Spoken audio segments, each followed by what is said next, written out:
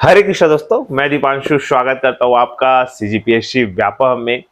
Hostel order भर्ती परीक्षा के पहले एक बहुत बड़ी गड़बड़ी सामने आई है और ये गड़बड़ी को आप लोगों को जानना अत्यंत महत्वपूर्ण है और आप सभी कल सतर्क होकर एग्जाम दिलाइएगा, क्योंकि देखिएगा बहुत सारी चीजें होती है हमारे आसपास, हम उसको नजरअंदाज करते हैं, लेकिन कल आप सभी जब परीक्षा देने जाएं, क्योंकि आप लोगों की परीक्षा दोपहर 12 बजे से सवा 2 बजे तक के है, तो आप लोग भली भांति अपने आसपास चीजों से अवगत होइएगा।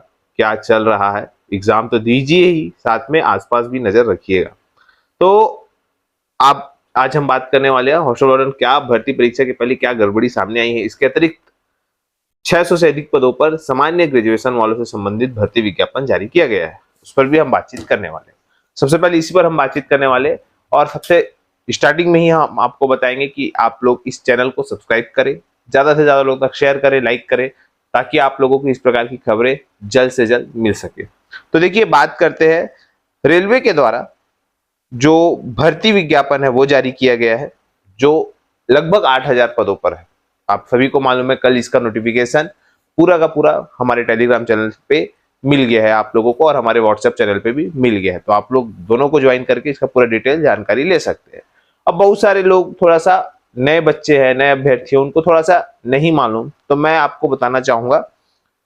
आज 14 तारीख है और 14 तारीख से जो है देखिएगा, आप लोग अपना रजिस्ट्रेशन करवा सकते हैं एप्लीकेशन पे।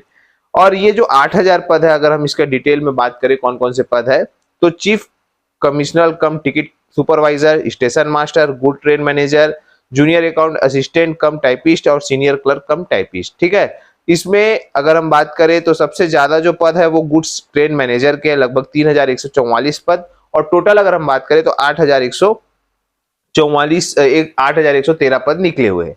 अब देखिए, इसमें अगर हम बात करें कि इसमें जो क्वालिफिकेशन क्या है, तो आप किसी भी कोई भी स्ट्रीम से अगर आप ग्रेजुएट किए हैं तो आप इसमें एलिजिबल है, ये याद रखिएगा। अब देखिए, इसमें मिनिमम एज, अगर आयु सीमा की बात करें कि भाई मिनिमम आयु सीमा क्या है, तो मिनिमम आयु सीमा है 18 साल है और मैक्सिमम जो है वो है 36 साल। अब देखिए, 36 साल है और उसके अतिरिक्त भी बहुत सारे लोगों को कुछ कुछ छूट जो है वो प्रदान की गई है। और आगे इसका आप जो हमारा टेलीग्राम ग्रुप है उसमें आप इसका पूरा डिटेल में पीडीएफ पढ़ सकते हैं कि किसको किसको कितना कितना जो है छूट प्रदान की गई है, और मैक्सिमम छूट दी गई है विशेष परिस्थिति के अनुसार। अब बात करें इसका जो एग्जाम का तरीका होगा, 3 चरण का होगा। पहला चरण आपका जो CBT 1 कंप्यूटर बेस्ड टेस्ट होगा, एक पहला। उसके बाद उसमें से 15 गुना लोगों को बुलाया जाएगा। उसके बाद फिर CBT 2 होगा, और उसके बाद फिर जो जैसे टाइपिस्ट वाला है तो उसमें स्किल टेस्ट होगा। ऐसा करके 3 चरण 4 चरण है इसमें, किसी में 3 है किसी में 4 है, ऐसा करके। ठीक है, तो लगभग इसी चरण में जो है एग्जाम होंगे। और याद रखिएगा, इस परीक्षा में निगेटिव मार्किंग भी रहेगा, ऋणात्मक मूल्यांकन भी रहेगा, और ऋणात्मक मूल्यांकन आपका 1/3 रहेगा, ये याद रखिएगा। ठीक है, ऋणात्मक मूल्यांकन होगा। अब देखिएगा, इसमें आपको ये बताना चाहूंगा कि फीस भी लगेगी। फीस है जो नॉर्मल सामान्य वर्ग के लोग हैं उनको 500 रुपये लगेगा, और जो ST SC OBC है, एक्स सर्विसमैन है और महिला है, PWBD है, तो उन लोगों को 250 रुपये लगेगा। ठीक है, याद रखिएगा। और ये जो है ना रिफंडेबल रहेगा, जब आप फर्स्ट स्टेज में जाएंगे तो ये रिफंड भी हो जाएगा।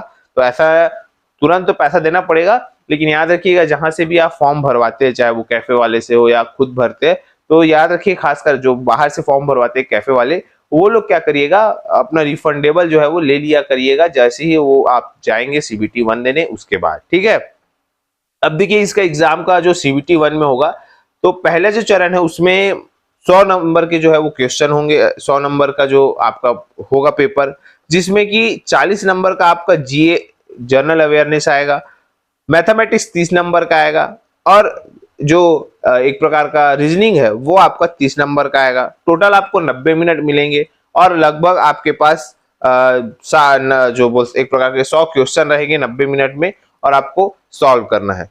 और देखिएगा जो आपका PWBD कैंडिडेट है उनको 120 मिनट दिया जाएगा। ठीक है, अब यहाँ पे देखिएगा, आपको ये बताना चाहूंगा कि ये जो सेकंड स्टेज होगा, सेकंड स्टेज में भी लगभग यही रहेगा, 120 नंबर का होगा, वो भी 90 मिनट का होगा। उसमें जो जर्नल अवेयरनेस 50, मैथमेटिक्स 25 और जो आपका रीजनिंग है वो 35 नंबर का होगा। और मैंने जैसे आपको बताया सही उत्तर पर 1 अंक मिलेंगे और गलत उत्तर पर 1/3 अंक काट दिए जाएंगे। इसके बाद देखिएगा, इसका अगर हम सिलेबस की बात करें तो मैथमेटिक्स में वही है, नंबर सिस्टम है, डेसिमल है, एचसीएफ है, एलसीएम है, रेशियो है।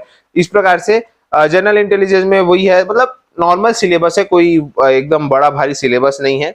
ठीक है, अब देखिएगा इसमें अगर हम बात करें अगर हम बिलासपुर रेंज की, तो बिलासपुर में क्योंकि जनरली आप सभी लोग छत्तीसगढ़ के हमारे ज्यादा सब्सक्राइबर है, तो छत्तीसगढ़ के लोगों की अगर हम बात करें तो बिलासपुर में लगभग 600 से अधिक पदों पर जो है इसकी भर्ती आई है।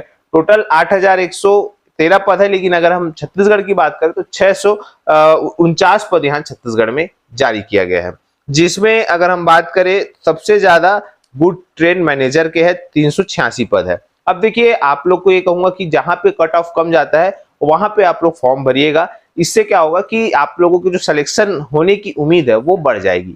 और देखिएगा, अभी से आप लोग तैयारी करना प्रारंभ कर दीजिएगा, क्योंकि इसके लिए ऑनलाइन जो फॉर्म है वो भरवाना स्टार्ट हो चुका है, याद रखिएगा। और इसका जो एक प्रकार का वैकेंसी है वो भी लगभग, देखिए अभी तक जितनी भी वैकेंसी आई है रेलवे में वो बढ़ी है, तो संभवतः ये भी जो है 8000 अभी आपको दिखा रहा, हो सकता है ये बढ़ जाए। तो फिलहाल ये सब संभावित है, लेकिन अब देखते हैं क्या होता है। लेकिन आप लोग फॉर्म भरिएगा, आज से जो है फॉर्म स्टार्ट हो चुका है, तो आप लोग फॉर्म भरिएगा, ठीक है। तो यही बताना था। अब बात करते हैं अगली खबर के, जो है आपका हॉस्टल वार्डन पर। देखिए, हॉस्टल वार्डन पर क्या हुआ है, जैसा कि आपकी स्क्रीन पर शो हो रहा होगा, परीक्षा केंद्र घोषित करने पर विवाद, नोडल अधिकारी से शिकायत। हुआ यह है कि कल छात्रावास अधीक्षक पदों की परीक्षा से पहले ही विवाद शुरू हो गया है। यह परीक्षा आदिम जाति कल्याण विभाग के लिए व्यापम ले रहा है। रविवार को होने वाले छात्रावास अधीक्षक परीक्षा के लिए Saint Paul Church English School के मनमाने ढंग से अपने स्कूल को सेंटर बना लिया है, जबकि व्यापम ने सेंट पॉल उच्चतर माध्यमिक शाला को सेंटर बनाया है। इसे देखते हुए कल परीक्षा के समय बड़ी गड़बड़ी होने की आशंका जताई जा रही है।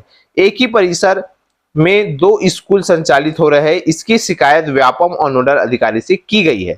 इसमें कहा गया है कि इंग्लिश स्कूल प्रबंधन ने स्वयं ही केंद्र बनाने सहमति दे दी और व्यापम को बैंक संबंधी विवरण भी बदल दिया।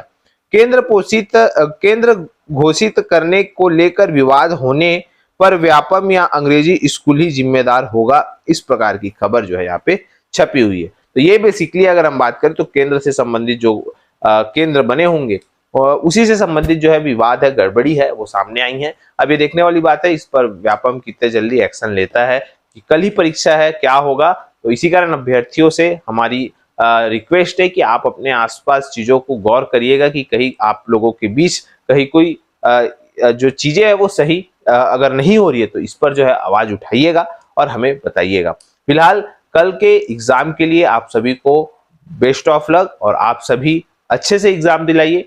अभी आप बिल्कुल शांत होकर जल्दी से आज सो जाइए और कहीं ना कहीं अपने जो बॉडी है उसको रिलैक्स करिए, माइंड को रिलैक्स करिए, ताकि कल एकदम फ्रेश माइंड से आप एग्जाम दिला सके। फिलहाल वीडियो यहीं तक, आशा करता हूँ चीजें समझ आई होगी। वीडियो अच्छा लगा तो इसे ज्यादा से ज्यादा तक शेयर, लाइक, सब्सक्राइब जरूर करें। वीडियो देखने के लिए आप सभी को बहुत बहुत धन्यवाद। आप सभी स्वस्थ रहे, मस्त रहे और पॉजिटिव रहे।